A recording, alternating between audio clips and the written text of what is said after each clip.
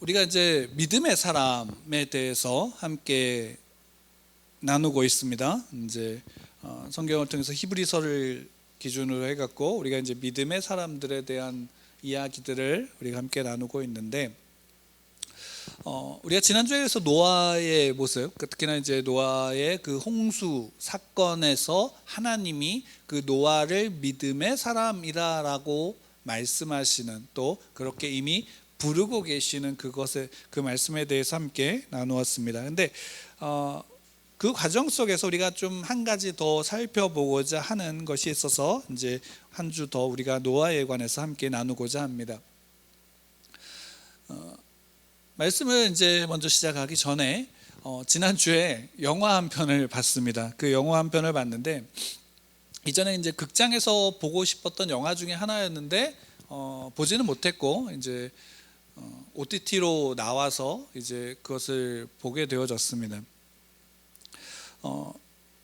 그걸 보면서 우리의 세계의 역사 속에서 중요한 사건 중에 하나를 다루고 있고, 그 사건의 중심에 있었던 한 인물의 모습을 통해서 그 주변의 모습을 이제 같이 보여주고 있는데, 영화를 보면서 좀 생각을 하게 되어지는 부분이 있어서 잠깐 나누고 또 말씀을 그 안에서 함께 보려고 합니다.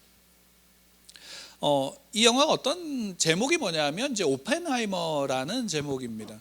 그러니까 2차 세계대전 당시에 핵폭탄을 개발을 주도했던 그 맨하탄 프로젝트의 이제 맨하탄 프로젝트를 이끌었던 과학자들 중심으로 이루어진 그 프로젝트를 이끌었던 사람이 이제 오펜하이머였는데, 이 오펜하이머가 그 핵폭탄을 만드는 과정 속에서 이제 그 전에 그가 어떤 사람이었는지를 보여주고, 또 그 과정 속에서 그가 어떻게 그 생각이 바뀌어지는지를 보여주고, 또 그 후에 폭탄이 만들어진 후에 있었던 사건들을 통해서 그의 생각이 나중에는 어떻게 이제 바뀌게 됐는지를 보여주는데, 그 중심 인물을 통해서 그 주변의 이야기들을 또 보여줍니다.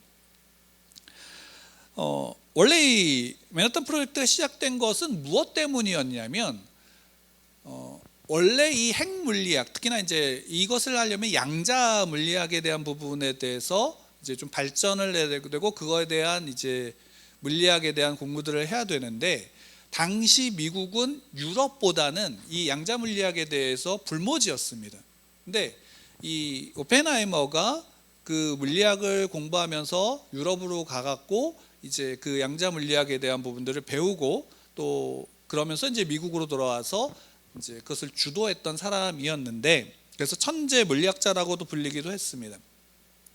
근데 2차 세계대전 당시였으니까 이 유럽이 양자 물리학에 대해서 좀 더 발전되어진 형태였으니까 어떤 문제가 생겼냐면, 독일이 핵폭탄을 먼저 개발하면 위험하다라는 인식이 미국 내에 있었던 겁니다.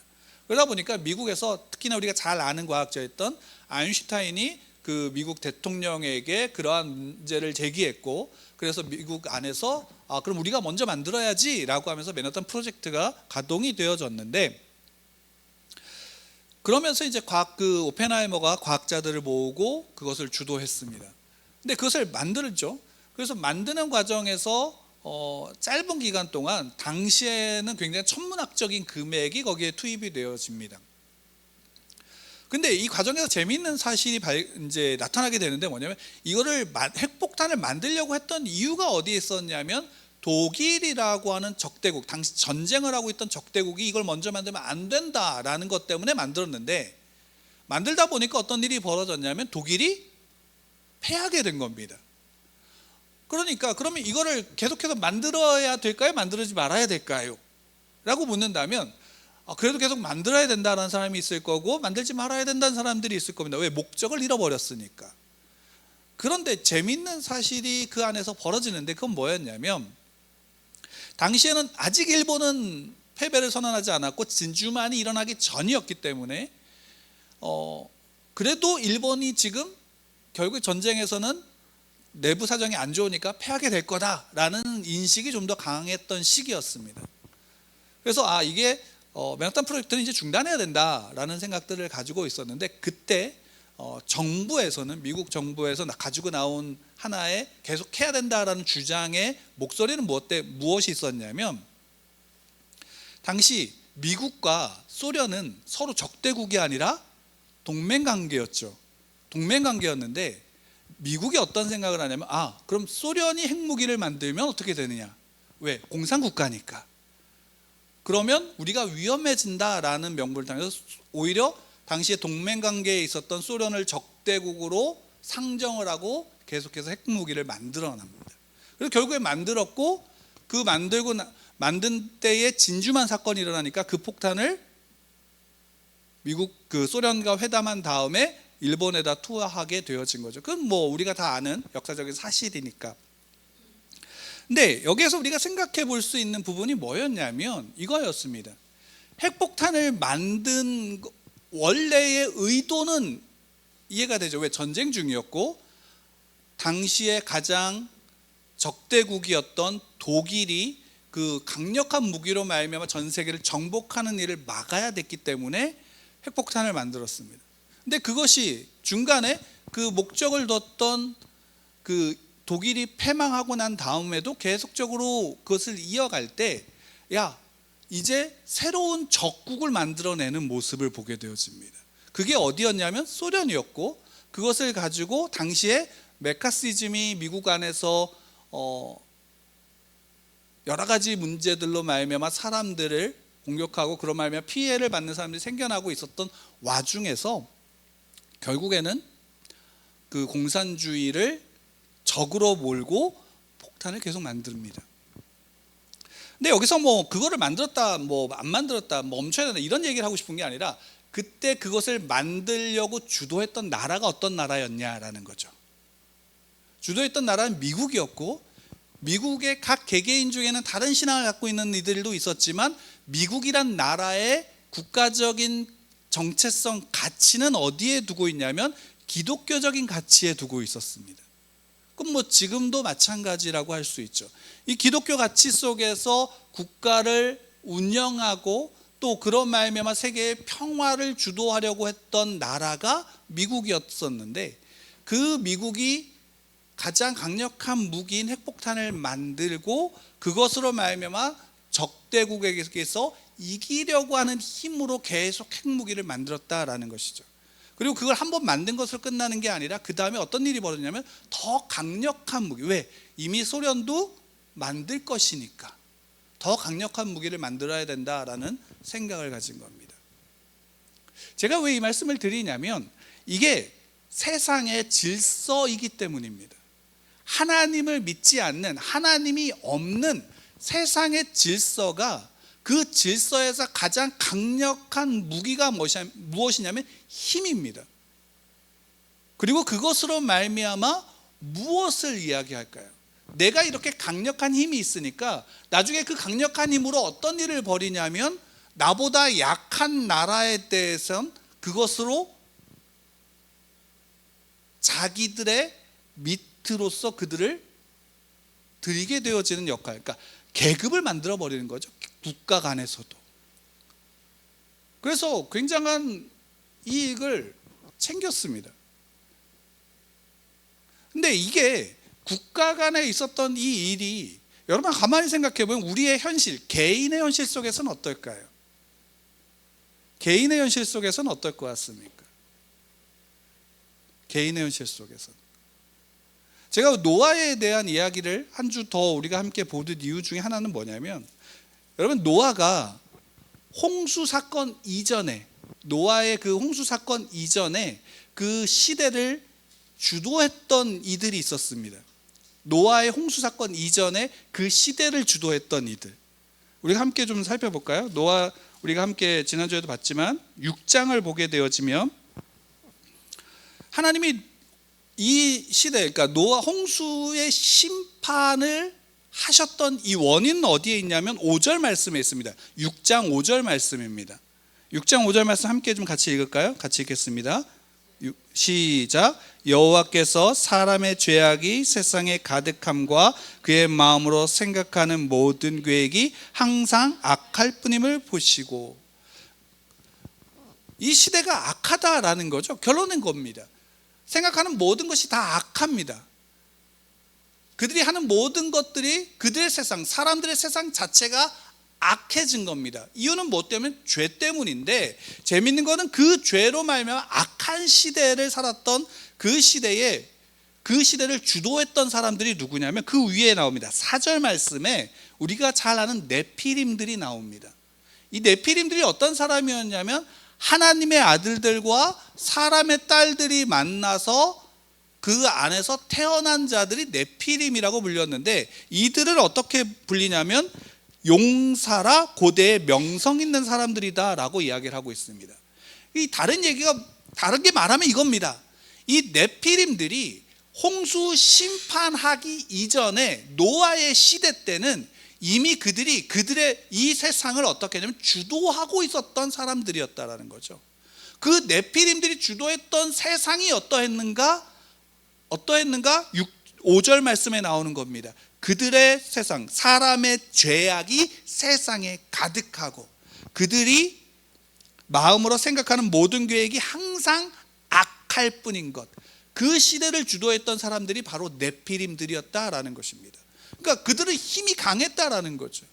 그러니까 힘으로써 세상의 주도권자로서 세워지는 이들의 세상, 그것은 하나님을 대적하는 세상의 모습이고, 하나님을 대적하는 세상의 모습은 곧 어떤 모습이다? 힘으로써 자기를 나타내고 힘으로써 자기를 드러내는 자들, 그것이 성경은 뭐라고 얘기하고 있냐?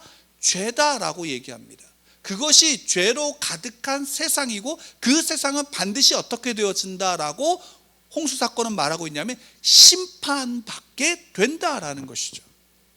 그 심판이 홍수 사건입니다. 죄로 말미암아 타락한 세상은, 그래서 힘으로써 세상을 주도하는 세상은 결국 심판받게 되어진다라는 것이 홍수 사건의 가장 중요한 내용입니다.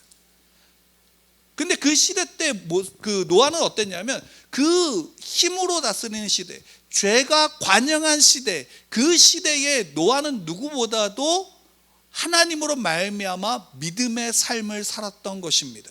그 믿음의 삶을 살았던 증거가 무엇인가? 그가 방주를 만들었다라는 것이죠. 방주를 만든 것, 그것은 그 자체가 하나님이 노아를 이미 택하셨기에 노아는 그 하나님의 말씀대로 어떻게 하는 거냐면 순종한 것뿐입니다. 그 순종을 하나님은 믿음으로 받으신 것이죠. 이미 하나님이 택하시고 알려주셨고 그는 그것이 일어날 것을 믿고 방주를 만들었다라는 것입니다. 그런데 그러면 여러분, 노아가 이 홍수가 다 끝나고 나서 이제 노아로 말미암아 어떤 일이 벌어졌습니까? 홍수가 끝나고 땅이 마른 다음에 나와서 노아의 가족들과 함께 제일 먼저 한 일이 뭔지 아세요? 제사를 드린 겁니다. 하나님 앞에 나와서 제사를 드렸습니다. 그러면 이제 노아로부터 오늘 9절 말씀, 그 9장 말씀 본문을 보면 어떤 말씀이냐면 노아와 노아의 가족들로 말미암아 사람들이 온 땅에 퍼진다라고 하죠. 그럼 이제는 새로운 인류가 누구로부터 시작하고 있는 거예요? 노아로부터 시작하고 있는 거예요. 그러면 여러분 한번 상상해 보세요. 내가 노아라고 하고 내 자녀들이 있어요. 그 가족들은 다 뭘 경험했어요? 심판을 경험했잖아요. 하나님의 심판을 경험했잖아요. 그리고 동시에 뭘 경험했어요? 하나님의 구원을 경험했어요. 그러면 노아로부터 시작된 새로운 인류는 온전히 누구만 믿어야 될까요? 하나님만 믿어야 되겠죠. 실제로 하나님이 노아가 제사를 드리고 나서 하나님이 노아하고 약속을 하셨죠. 우리가 잘 아는 언약입니다. 무지개 언약이죠. 다시는 물로 심판하지 않겠다라는 상징으로서 무지개를 주셨습니다. 그래서 무지개를 보면 하나님은 물로 심판하지 않는다라는 것으로 우리는 뭘 받냐면 그 언약을 기억하는 거죠. 그리스도인들은 그렇습니다. 우리 무지개를 보면 야 이쁘다, 과학적으로 이런 현상이야 라고 먼저 생각하는 게 아니라 그리스도인들은 그것을 통해서 뭘 먼저 생각하냐면 하나님 물로 심판하지 않으시는구나 라는 걸 먼저 하죠. 첫 번째, 이 무지개 언약은 누구에게 위로가 됩니까? 우리에게 위로가 되는 거죠. 그 언약을 믿는 자들에게 위로가 됩니다. 왜? 물론은 심판하지 않으시니까. 반대로 이야기하면 물론은 심판하지 않지만 결국엔 타락한 세상은 어떻게 된다? 물이 아닌 다른 것을 심판받게 되어진다. 실제로 예수님이 재림하신다라는 것은 뭘 뜻하는 겁니까? 심판의 주로 오시는 거예요. 심판의 주로. 예수님의 초림은 구원의 주이지만 예수님의 재림은 심판의 주이신 거예요. 그러니까 타락한 세상에 대한 온전한 심판은 분명히 있을 겁니다. 다만 그게 물이 아닐 뿐인 거죠. 이것은 무지개 언약은 분명히 그 두 가지를 같이 우리에게 이야기해 주는 겁니다. 그래서 우리에게 위로가 되기도 하고 은혜가 되기도 하지만 심판을 기다려야 되는 측면도 있는 거예요. 근데 이 노아로부터 새로운 인류가 시작되어지는데 그 세 아들도 홍수를 경험했고 홍수에서의 구원을 경험했단 말이에요. 그리고 나와서 가장 먼저 제사를 드리는 것에 누구도 반대하지 않았을 거란 말이에요. 근데 재밌는 건 뭐냐면 노아의 홍수 전과 노아의 홍수 후가 이어지는 하나의 맥이 있습니다. 홍수 이전과 노아의 홍수 후가 이어지는 하나의 중요한 라인이 있어요.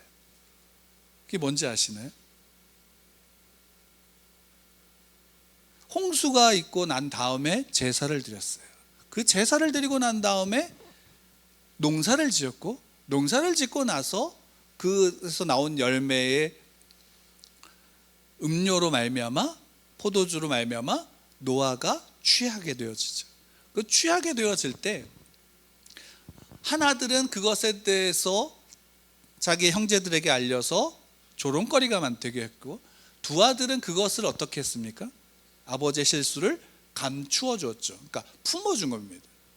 이미 지금 그곳에는 누구가 있냐면 노아와 노아의 아들들과 노아의 아내와 노아의 자부들, 그러니까 며느리들만 있는 거죠. 그래서 숨기고 자시고 할 것도 없는 일임에도 불구하고 두 아들은 아버지의 수치를 숨겨주고 품어주었고 용서해 주었습니다. 나중에 그 결과로 말미암아 함은 어떻게 되어지냐면 저주를 받게 되어지는 모습을 보게 되어집니다. 함과 그 가나안, 그의 아들이었던 가나안의 후손들은 저주를 받는단 말이에요. 근데 재밌는 건 뭐냐면 오늘 10장 말씀에 보면 6절 이하에 보면 함의 아들에 대해, 그러니까 함의 자녀들의 족보가 나옵니다. 함의 자녀들의 족보가 나오는데 거기에 8절에 보면 한 인물이 나옵니다. 같이 한번 8절 9절 말씀 같이 읽겠습니다. 시작. 구스가 또 니므롯을 낳았으니 그는 세상의 첫 용사라. 그가 여호와 앞에서 용감한 사냥꾼이 되었으므로 속담에 이르기를 아문은 여호와 앞에 니므롯과 같이 용감한 사냥꾼이로다 하더라. 니므롯이라는 인물이 나오는데 이 니므롯은 누구의 후손입니까? 함의 후손인 거예요. 함은 저주를 받은 자죠. 그러니까 홍수 이전을 본다면 함은 누구와 같은 거예요? 가인과 같은 거예요. 함은 가인과 같은 거예요. 가인과 같은 그 함의 후손 중에 누가 나오는 거예요? 니므롯이 나오는 거예요. 근데 그가 용사래요. 뛰어난 사냥꾼이었대요. 근데 그 다음에 10절에 보면 이렇게 되어져 있습니다. 10절도 같이 읽겠습니다. 시작. 그의 나라는 시나일 땅의 바벨과 에렉과 악깃과 갈레에서 시작되었으며. 지금 그 니므롯의 후손들이 또 나라를 세웠는데 그 나라가 뭐예요? 그 중에 하나가 바벨인 거죠. 여러분 노아의 홍수 전과 후가 이어지는 하나의 그 맥이 여기에 있습니다. 노아의 홍수 전에는 심판 전에는 어떤 시대였냐면 네피림의 시대였다라는 거예요. 네피림의 힘의 시대였다라는 거죠. 근데 노아로 말미암아 새로운 인류가 시작되어진 그 시대 속에서도 결국에는 누가 그 시대를 주도하냐면 니므롯과 같은 사람들이 주도하는 거예요. 니므롯은 용사였고 강한 사람이었고 힘이 주도하는 시대였고 결국 그들이 세운 나라가 어떤 나라예요? 바벨이라는 거예요. 바벨은 우리가 알잖아요. 그 후에 어떤 일이 벌어져요? 우리가 흩어짐을 면하자 해서 탑을 쌓고 그 탑의 상징은 뭡니까? 하나님에 대한 도전이었죠. 하나님을 대적하는 행위였죠. 하나님이 없이 우리가 우리의 힘으로 우리의 능력으로 살자. 결국 그 바벨의 왕의 자기가 하나님이 되어지는 그 모습으로 말미암아 바벨 탑을 쌓게 되어지는 모습이다라는 겁니다. 여러분, 우리가 이 본문을 통해서 우리가 깊이 생각해야 되는 부분이 여기에 있습니다. 여러분, 우리가 살아가는 타락한 세상, 죄가 관영한 세상의 모습은 어떠한가? 결국에는 그 세상의 모습은 힘으로써 하나님을 대적하는 사람들이 주도할 수밖에 없는 시대다라는 사실입니다. 여러분, 반대로 생각해 보십시오. 홍수 이전에 노아는 유명한 사람이었을까요? 방주를 짓기 전에 노아는 유명한 사람이었을까요? 아니, 방주를 짓고 있을 때의 노아는 어떤 사람으로 불렸을까요? 야, 쟤는 믿음의 사람이야 라고 그 시대에 불렸을까요? 아니면 조롱의 대상이 되었을까요? 우리는 믿음의 사람이라고 부릅니다. 왜? 결과를 알잖아요. 그가 방주를 지음으로 말미암은 결과를 우리는 알잖아요. 그러니까 우리는 얼마든지 믿음의 사람이라고 할 수 있어요. 그러나 그 시대의 현실 앞에서 노아는 어떤 사람이었냐라는 겁니다. 노아는 조롱의 대상이었을 뿐인 거예요. 반대로 이야기해 봅시다. 이제 노아 후에 니므롯이, 홍수 후에 니므롯의 시대가 왔어요. 그럼 그 니므롯의 시대 때는 믿음의 사람들은 어떤 사람들이었을까요? 힘이 있었을까요? 없었을까요? 힘이 있었을까요? 없었을까요?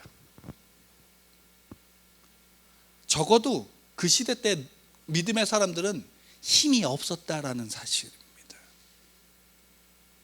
여러분, 이 사건 중에 한번 잘 생각해 보면 10장에서부터 니므롯의 이야기가 나오고 11장에 바벨의 이야기가 나옵니다. 그 사이에 하나님의 사람들은 없습니다. 그리고 갑자기 12장에 누가 나옵니까? 아브라함이 나오죠. 그 사이에 믿음의 사람들은 어디 있나요? 근데 중요한 사실이 한 가지 있습니다. 아브라함은 하나님을 알았나요? 몰랐나요? 11장에서도 마지막에 데라부터 나오는데 아브라함의 직업이 그 가문이 하던 직업이 뭐였습니까? 가업이 우상 만드는 자였죠. 어쩌면 하나님을 알았을 수 있지만 하나님 여러 신들 중에 한 신이었을 수도 있습니다. 근데 저는 개인적으로 몰랐을 거라고 생각을 합니다. 아니면 한 신 중에 하나였기 때문에 여러 신 중에 하나였을 것이다 라고 생각할 뿐입니다. 근데 적어도 아브라함은 하나님만 믿는 자는 아니었다라는 사실이죠. 어느 날 갑자기 아브라함은 갑자기 하나님이 택하신 존재인 겁니다. 그리고 그것은 오늘날 우리를 보여주고 있는 겁니다. 우리는 하나님을 알았습니까? 몰랐습니까?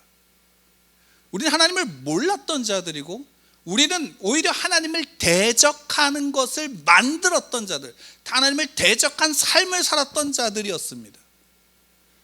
근데 그 가운데서 하나님이 아브라함을 택하셨듯이 우리를 택하신 겁니다. 우리가 추후에 그것을 나누게 될 거지만 그 앞에 오면 그럼 아브라함 전까지의 과정에서 믿는 자들은 어디에 있습니까?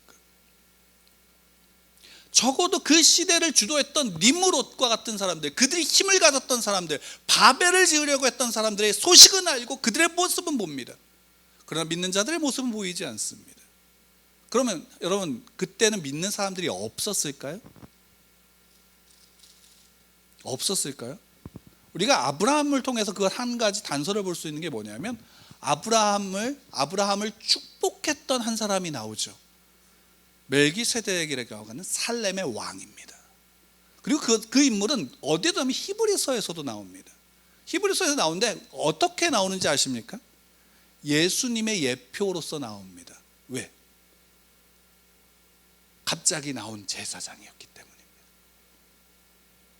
그럼 다르게 생각해 보면 살렘이라고 하는 나라, 그래서 하나님의 제사장이라고 불릴 수 있었다면 그 나라는 적어도 그냥 뭐 기록이나 역사적으로는 모르겠지만 성경상으로 볼 때는 그 나라는 하나님을 믿었던 민족이었다라고도 할 수 있는 겁니다. 근데 적어도 그 살렘이 란 나라가 있었다면 그 신앙을 믿는 자들도 있었을 겁니다. 그럼에도 불구하고 그들의 힘은 어땠을까요? 님으로보다 강했을까요? 약했을까요? 노아로 말미암아 경험되어졌던 그들의 자녀들이, 바로 그 자녀들이 경험했던 노아의 홍수 사건은 어느 순간 잊혀져 버렸고, 그들의 시대를 주도했던 것은 무엇이었냐면 힘이었고, 님으로밖에 보이지 않는, 홍수 전에는 네피림밖에 보이지 않았던 시대였다라는 겁니다. 그게 현실입니다. 그게 우리가 살아가는 우리의 현실이다라는 것입니다. 그러면 그 현실 속에서 내 이름이 알려졌던, 내 이름이 알려지지 않았던 우리에게 중요한 것은 무엇일까요? 바로 노아가 가졌던 그 믿음, 또 그 노아로 말미암아 아브라함이 가졌던 그 믿음, 하나님이 택하여 부르신 자에게 주시는 하나님의 특별한 호칭, 너 믿음의 사람아 라고 부르는 그 호칭, 그 구원의 호칭에 대해서 우리는 그 호칭을 받았다면, 그것을 믿는다면 그 시대에 어떤 삶을 살아야 될까? 니무롯과 같은 삶을 사는 것이 아닌 자들이 누구입니까? 하나님의 믿음의 사람들이다라는 것입니다. 달리 얘기하면 현실 속에서 우리의 믿음은 힘 있는 자의 믿음이 아니다라는 것이죠.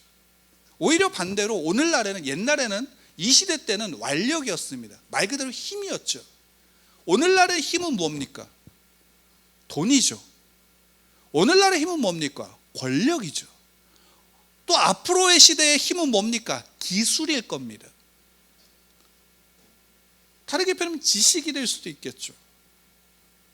그러면 여러분, 돈이 많습니까? 여러분, 권력이 있으신가요? 여러분, 기술이 있으십니까? 세상을 주도할 만한 기술이 있으십니까? 여러분, 기독교가 돈이 많아야 됩니까? 권력이 있어야 됩니까? 기술이 있어야 됩니까? 그것이 없어도 하나님이 택하셨다면, 니무롯이 아무리 강한 시대라 할지라도 하나님은 그 속에서 그 믿음의 뿌리가 이어지도록 만들어 가신다라는 겁니다. 그리고 더 중요한 것은 무엇입니까? 하나님은 약한 자를 들어서 강하게 하신다라는 것이죠. 가난한 자들을 들어서 부요한 자들에게 보여주신다라는 겁니다. 물론 그 중에는, 그리스도인들 중에서는 돈이 많은 사람이 있습니다. 권력을 가지는 사람들도 있습니다. 기술을 갖고 이 시대를 주도하는 사람도 있습니다. 여러분, 그거 아셔야 됩니다. 내가 권력이 있고 돈이 있고 기술이 있다 할지라도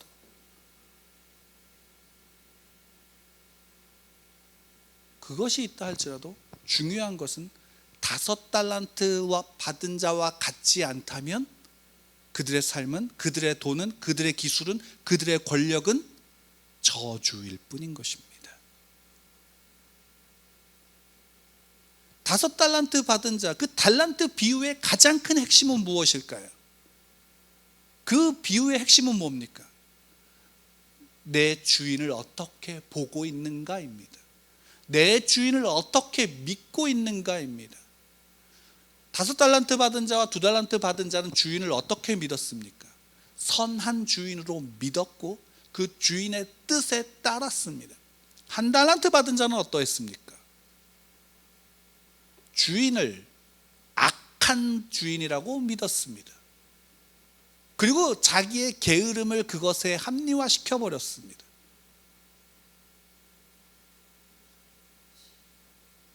여러분, 오늘날 우리의 시대 속에 하나님은 여러분, 우리 모두에게 달란트를 주셨습니다. 하나님의 달란트를 주셨습니다. 그 달란트가 무엇입니까? 오늘 우리가 믿음으로 이 시대를 본다면 하나님이 우리에게 주신 달란트는 믿음입니다. 어떤 세상에 어떤 능력을 가지고 있고 어떤 재능을 가지고 있는 것이 달란트가 아니라 모든 그리스도인들에게 주신 달란트는 믿음입니다. 그 믿음을 표현할 때 돈이 있는 사람들은 그 돈과 함께 자신들의 믿음이 증명이 되어져야 됩니다. 그 증명이 뭡니까? 하나님이 어떤 분인지를 믿고 있다면 그 믿음대로 그 삶을 살아가야 하는 것이죠. 제가 앞서서 미국이라는 나라에 있었던 한 사건, 그리고 중요한 시대적인 사건에 대해서 말씀드릴 때 미국이라는 나라가 기독교적인 가치를 가지고 그 나라가 세워졌다라고 말씀드렸고 그것을 운영되는 나라라고 말씀을 드렸습니다. 왜 이 말씀을 드렸냐면 믿음으로서 하나님의 말씀의 가치로서 운영되어지는 나라라면 적어도 세상의 힘으로서 세상을 장악하려고 하면 안 됩니다. 이게 나라라고 그렇게 한다면, 나라는 그럴 수 있다라고 치면 그것을 좀 더 줄여서 개인으로 본다면 적어도 믿음의 사람들은 이 시대 속에서 내가 돈을 갖거나 권력을 갖거나 기술을 갖는 것으로 이 시대를 내가 주도하겠다라는 믿음을 갖는다면 그것은 하나님의 사람들의 믿음의 삶과는 정반대의 삶이 될 수밖에 없는 것입니다. 오히려 니무롯을 따라가는 믿음밖에 되지 않는다라는 것이죠. 중요한 것은 하나님이 어떤 분인가를 믿는다면, 그 하나님의 선하심을 믿는다면 5달란트 받은 자나 2달란트 받은 자나 1달란트 받은 자나 다 그 하나님을 믿는다면, 주인을 선한 분으로 믿는다면 그분의 뜻에 따르는 겁니다. 그분의 뜻에 따르는 지금 현실에서의 내 삶이 필요한 겁니다. 가난하면 가난한 대로의 삶입니다. 부자면 부자로서의 삶입니다. 물론 여러분 그렇다고 해서 가난한 자가 자신의 부유함에 대해서 간구하지 말라는 것은 아닙니다. 그러나 그것이 하나님이 되면 안 됩니다. 힘이 하나님이 되는 순간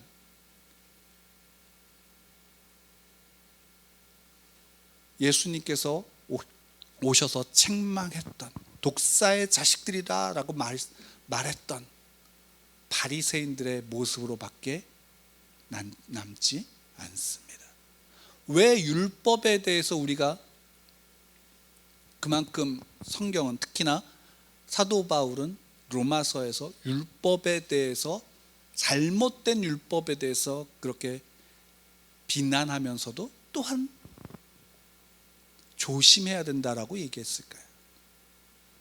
율법이 가지는 본질에 대해서 잃어버렸기 때문에, 율법이 곧 자신들의 힘의 권력이 되어져서 그것에 매몰되어지는 순간 하나님이 아닌 율법이 하나님이 되어지는 모습이 바로 복음서에서 나온 바리새인들의 모습인 겁니다.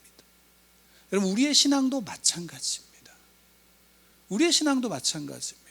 우리가 니무롯을 쫓고 네피림을 쫓는 순간 결국 멸망받아 심판받아서 멸망할 세상의 모습을 따라가는 것밖에 되지 않습니다.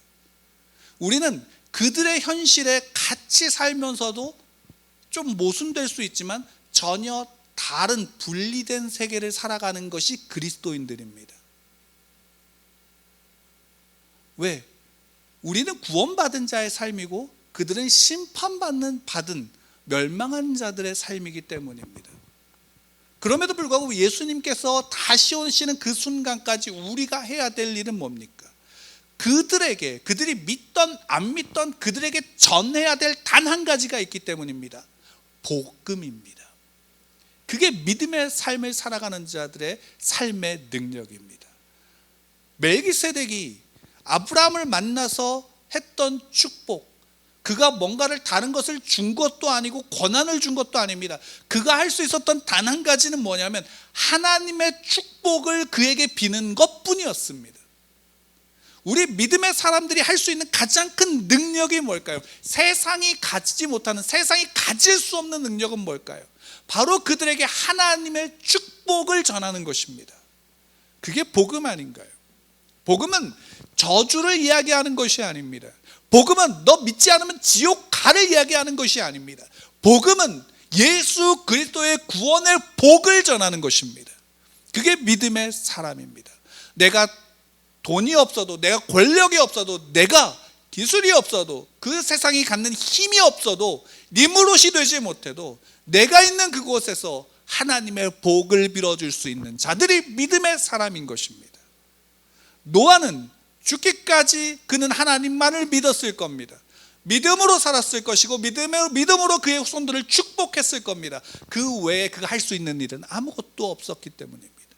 하나님이 그 모든 것 속에서 노아가 해서가 아니라 하나님이 그 일을 행하실 것이거든요. 반대로 이야기하면 노아는 자녀들을 가르쳤을까요? 안 가르쳤을까요?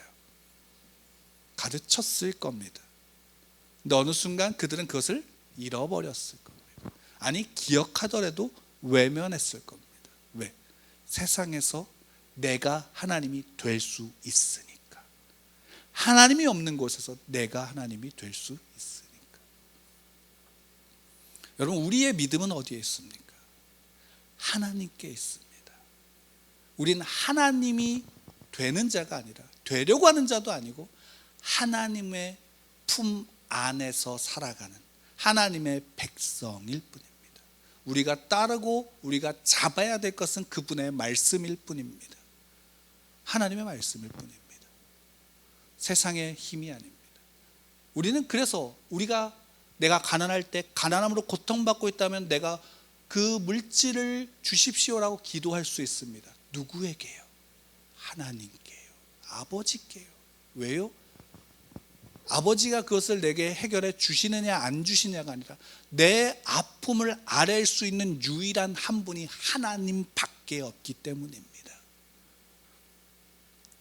그리고 그 하나님은 분명히 우리의 기도를 들으시고 좋은 것을 우리에게 주신다라는 믿음을 가지고 우리는 그 앞에 서는 것이 믿음의 사람입니다. 여러분, 믿음으로 말미암아 살아가는 믿음의 복을 누리는 여러분들 되기를 축원합니다. 믿음의 사람입니다.